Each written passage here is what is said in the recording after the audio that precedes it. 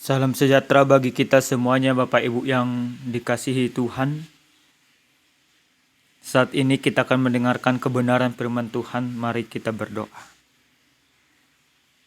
Terima kasih Tuhan kami sungguh bersyukur kepada Tuhan. Saat ini kami akan mendengarkan sabda Tuhan. Ajari kami supaya kami mengerti sabdamu. Dalam nama Yesus kami berdoa. Amin. Bapak Ibu yang Tuhan kasihi, adapun sabda Tuhan yang kita dengarkan pada saat ini tertulis dalam kitab Lukas pasal 17 ayat 11 sampai dengan ayat 19. Demikian firman Tuhan. Dalam perjalanannya ke Yerusalem, Yesus menyusur perbatasan Samaria dan Galilea. Ketika ia memasuki suatu desa, datanglah 10 orang kusta menemui dia. Mereka tinggal berdiri agak jauh dan berteriak, "Yesus, Guru, kasihanilah kami." Lalu ia memandang mereka dan berkata, "Pergilah, perlihatkanlah dirimu kepada imam-imam." Dan sementara mereka di tengah jalan, mereka menjadi tahir. Seorang dari mereka ketika melihat bahwa ia telah sembuh, kembali sambil memuliakan Allah dengan suara nyaring. Lalu bersyukur di depan kaki Yesus dan mengucap syukur kepadanya. Orang itu adalah seorang Samaria. Lalu Yesus berkata, "Bukankah ke-10 orang tadi semuanya telah menjadi tahir? Di manakah yang 9 orang itu? Tidak adakah di antara mereka yang kembali untuk memuliakan Allah selain daripada orang asing ini?" Lalu ia berkata kepada orang itu, "Berdirilah dan pergilah, imanmu telah menyelamatkan engkau." Sampai demikian pembacaan kebenaran firman Tuhan. Saudaraku yang dikasihi oleh Tuhan kita Yesus Kristus, setiap orang di dalam kehidupan ini pasti pernah namanya minta tolong, minta untuk dibantu. Dan tentu kita juga pernah membantu dan pernah ditolong. Tetapi sering sekali ada sebuah sifat di dalam kehidupan setiap orang. Ketika dia ditolong, ketika dia dibantu, dia lupa untuk mengucapkan terima kasih kepada penolongnya. Bahkan yang lebih miris, ada orang yang bahkan tidak mengingat bahwa dia pernah ditolong seseorang. Jemaat Tuhan yang dikasihi oleh Tuhan kita Yesus Kristus. Dalam perikop khotbah yang sampai kepada kita pada saat ini, diceritakan di mana ada 10 orang penyakit kusta. Oleh karena kustanya mereka dikucilkan, mereka diasingkan. Mereka tidak diizinkan tinggal di perkampungan pada umumnya, tetapi jauh. Karena apa? Karena penyakit kusta pada saat itu sebuah penyakit yang menyakitkan, yang tidak dapat disembuhkan, yang menular, bahkan yang mematikan. Inilah yang terjadi kepada 10 orang yang dikucilkan dari perkampungan mereka. Namun ada berita kabar sukacita di mana ketika mereka mendengar bahwa Yesus yang dari Nazaret mampu menyembuhkan. Dan pada saat itu Yesus melakukan perjalanan ke Yerusalem. Dan 10 orang itu memberanikan diri untuk menyapa Yesus. Memberanikan diri untuk meminta pertolongan kepada Yesus. Apa yang mereka lakukan? Mereka katakan, "Tuhan, kasihanilah kami. Guru, kasihanilah kami." Mereka tidak berani mendekat. Mereka tahu diri. Mereka hanya berteriak dari kejauhan untuk meminta pertolongan daripada Tuhan. Bapak Ibu yang dikasihi Tuhan, mujizat pun terjadi untuk ke-10 orang tersebut. Yesus katakan, "Pergilah, perlihatkanlah dirimu kepada imam-imam." Dan sementara mereka di tengah jalan, mereka menjadi tahir. Yesus tidak katakan sembuhlah. Tapi oleh karena iman, mereka dapat sembuh. Di perjalanan mereka sudah sembuh sebelum sampai ke tujuan. Seperti yang Yesus sampaikan. Tapi ketika seorang Samaria yang sudah menyadari bahwa dia sudah sembuh dari penyakitnya, dia bukan justru menjumpai imam-imam, tetapi dia berbalik menjumpai Yesus, menjumpai Tuhan yang sudah menyelamatkan, yang sudah mentahirkannya. Dan ketika dia bertemu dengan Tuhan, satu hal yang luar biasa yang dia katakan. Dia berseru dengan nyaring, mempermuliakan Tuhan. Dia berterima kasih. Dia bersujud. Dia bersyukur. Dia mengucapkan kata-kata mempermuliakan Tuhan.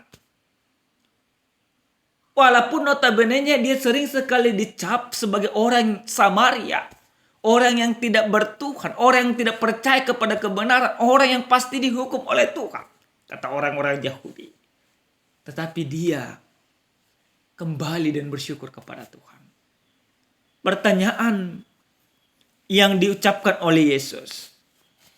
Bukankah ada 10 orang? Kenapa hanya 1 orang yang kembali? Di mana 9 orang lagi? Pertanyaan ini sesungguhnya menjadi pukulan bagi orang-orang yang mengikuti Yesus pada saat itu. Dan pertanyaan ini juga kembali kepada kita. Bukankah setiap orang sudah diselamatkan oleh Tuhan? Bukankah setiap orang sudah ditolong oleh Tuhan? Bukankah setiap orang sudah memperoleh kasih karunia daripada Tuhan? Tetapi berapa orangkah yang mau bersujud kepada Tuhan? Berapa orang yang mau kembali kepada Tuhan? Berapa orang yang mau berterima kasih kepada Tuhan? Lewat firman ini Bapak Ibu yang Tuhan kasihi, kita mau diingatkan bagaimana sesungguhnya orang yang sudah diselamatkan oleh Tuhan. Yang pertama sekali, lewat firman ini kita mau diingatkan. Orang yang sudah diselamatkan oleh Tuhan di dalam kehidupan, dia tahu untuk berterima kasih. Dia tahu untuk bersyukur. Banyak orang sekarang ini Bapak Ibu yang Tuhan kasihi, dia merasa bahwa hidupnya, bahwa segala sesuatu yang dia peroleh adalah kekuatannya. Karena kebolehannya. Karena kekuatan semata, bukan karena pertolongan Tuhan. Kalau setiap orang masih mengatakan bahwa hidupnya itu oleh karena usaha dia sendiri tanpa pertolongan Tuhan, maka orang-orang demikianlah tidak akan pernah mau untuk bersyukur dan minta dan datang berterima kasih kepada Tuhan. Nah, tapi selaku orang yang sudah diselamatkan oleh Tuhan, sesungguhnya setiap orang, Bapak Ibu semuanya, harus mampu bersyukur, harus mampu berterima kasih, harus mampu datang kembali kepada Tuhan dan mempermuliakan Tuhan di dalam kehidupan. Iman itu bukan persoalan taat semata, tetapi iman itu bagaimana setiap orang yang diselamatkan oleh Tuhan mempermuliakan Tuhan di dalam kehidupan. Itu yang pertama. Yang kedua, Bapak Ibu yang dikasihi oleh Tuhan kita Yesus Kristus, lihat firman ini kita mau diingatkan bagaimana ketika kita mengalami banyak pergumulan, maka kita mau diingatkan, kita datang dan berseru kepada Tuhan. Bukan kepada dunia ini, bukan kepada kekuasaan, bukan kepada materi. Tapi kita mau berseru kepada Tuhan dan kita percaya seruan kita pasti didengarkan oleh Tuhan. Maka satu hal yang pasti, firman ini mau katakan kepada kita. Jika kita mengalami banyak pergumulan dalam kehidupan ini, berserulah kepada Tuhan. Maka Tuhan akan mendengarkan setiap seruan kita. Tuhan akan mendengarkan setiap ratapan kita. Tuhan akan mendengarkan setiap doa dan permohonan kita. Yang terpenting kita mau berseru kepada Tuhan seperti orang Kosta tersebut. Mereka berseru kepada Tuhan. Mereka katakan, kasihanilah kami Tuhan. Mereka tidak katakan, Tuhan engkau harus menyembuhkan kami. Tetapi mereka minta belas kasihan daripada Tuhan.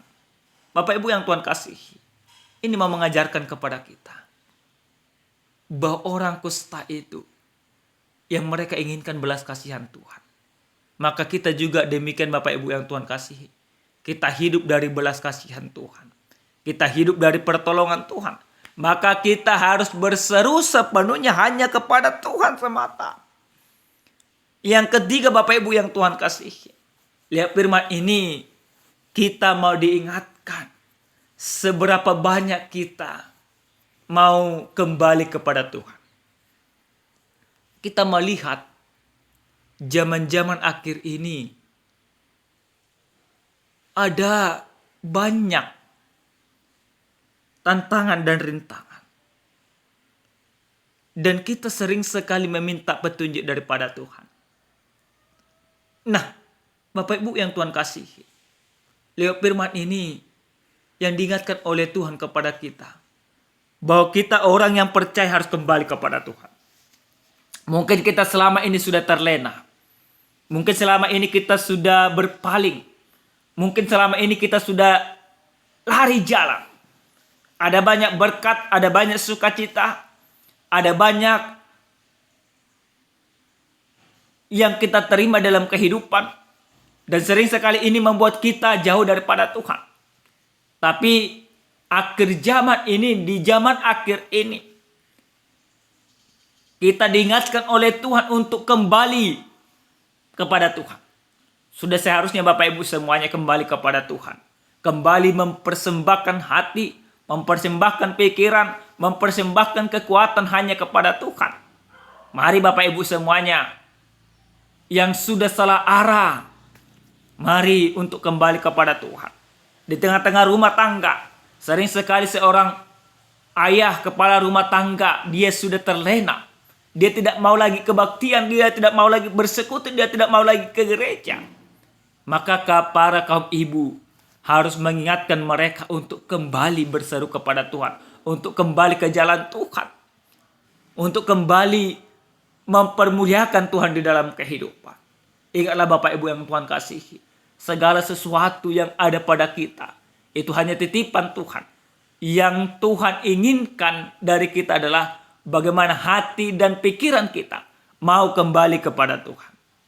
Oleh karena itu Bapak Ibu yang Tuhan kasihi, yang terakhir lewat firman ini kita mau diingatkan bagaimana setiap orang yang percaya di dalam kehidupan ini, dia meyakini iman yang dia miliki akan mampu mengubah segala sesuatu.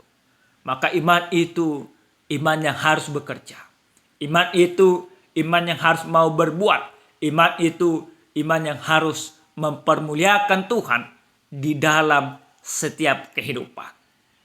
Sekali lagi firman ini katakan, apapun sengsaramu, apapun penyakitmu, apapun penderitaan yang engkau alami di dalam kehidupanmu, mari berseru kepada Tuhan dan katakan, saya percaya Tuhan mampu mengangkat setiap penyakit.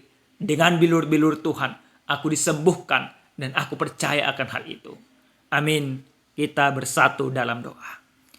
Terima kasih Tuhan kami, Tuhan yang maha baik, buat kebenaran firman-Mu yang sudah kami dengarkan.